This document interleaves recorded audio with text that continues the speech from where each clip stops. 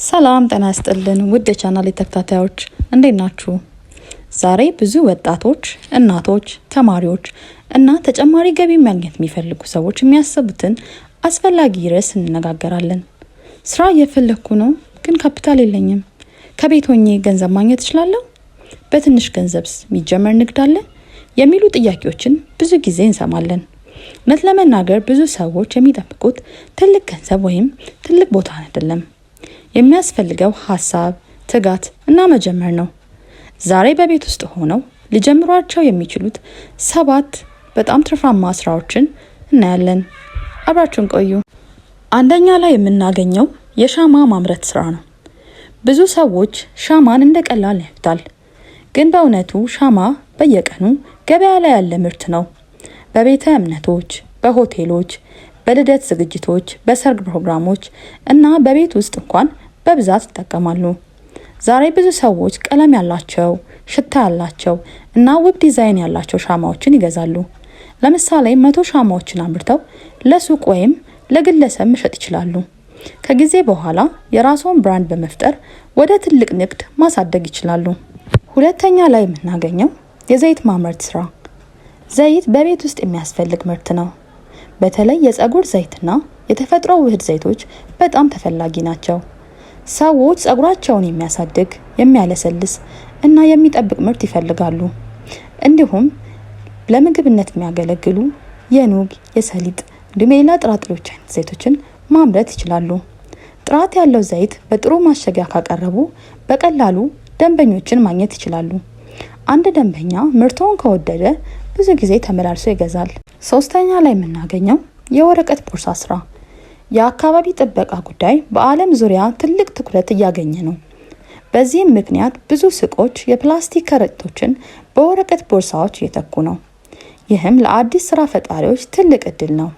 ቦርሳዎችን በተለያዩ መጠን እና ዲዛይን በማዘጋጀት ለልብስ ሱቆች፣ ለጫማ መደብሮች እንዲሁም ለስጦታ ቤቶች በቤት ውስጥ እየሰሩ ማቅረብ ይችላሉ።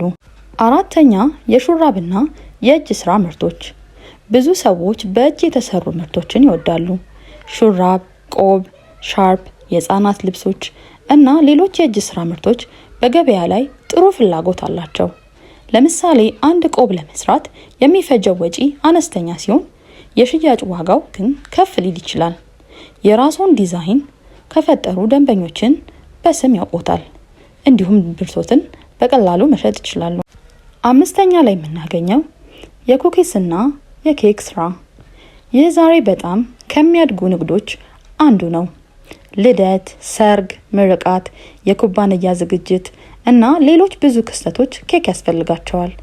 የእርስዎ ኬክ ጣፋጭ ከሆነና ዲዛይኑ ማራኪ ከሆነ ደንበኞች በአፎር ያስተዋውቁሎታል። አንዳንድ ሰዎች ከትንሽ ምድጃ ጀምረው ዛሬ ትልቅ ቤከሪ ባለቤት ሆነዋል።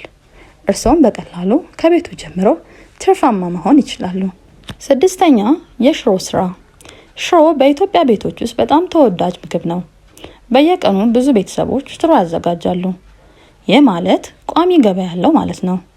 ንጹህና ጥራት ያለው ሽሮ በጥሩ ማሸጊያ ካቀረቡ በፍጥነት የታወቀ ብራንድ መሆን ይችላል። ሰባተኛ ላይ የምናገኘው ስራ ደግሞ የበርበሬ ስራ ነው። በርበሬ ያለ ኢትዮጵያዊ ምግብ ማሰብ ከባድ ነው። ዶሮ ወጥ፣ ስጋ ወጥ፣ ሽሮ እና ብዙ ምግቦች በርበሬ ይፈልጋሉ። ይህም ሁል ጊዜ ገበያ እንዳለ ያሳያል።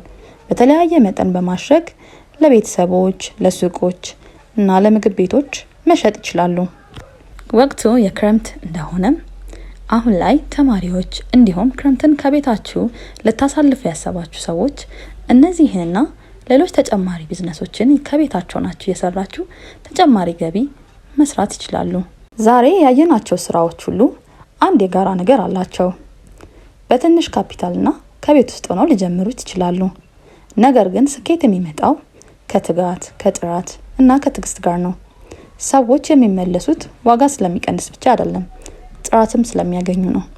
ስለዚህ የትኛውንም ስራ ቢጀምሩ ጥራትን ቅድሚያ ይስጡ፣ ደንበኞችን አክብረው ያስተናግዱ እና በየቀኑ ራስዎን ያሻሽሉ።